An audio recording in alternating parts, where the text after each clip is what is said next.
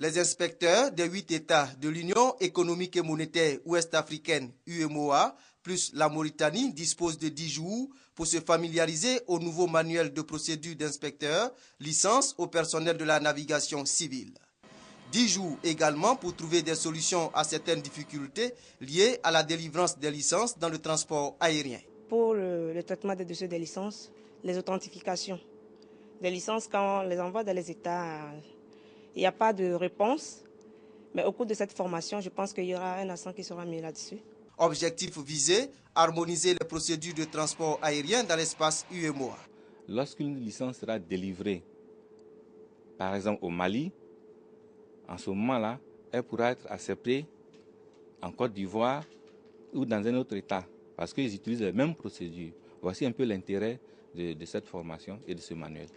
La Côte d'Ivoire attend beaucoup de cette formation des inspecteurs de l'aviation civile. Nous avons un objectif important en Côte d'Ivoire, c'est la certification de notre aéroport. À l'époque, la certification se limitait aux mesures de sûreté d'un aéroport. Aujourd'hui, il y a le côté sécurité.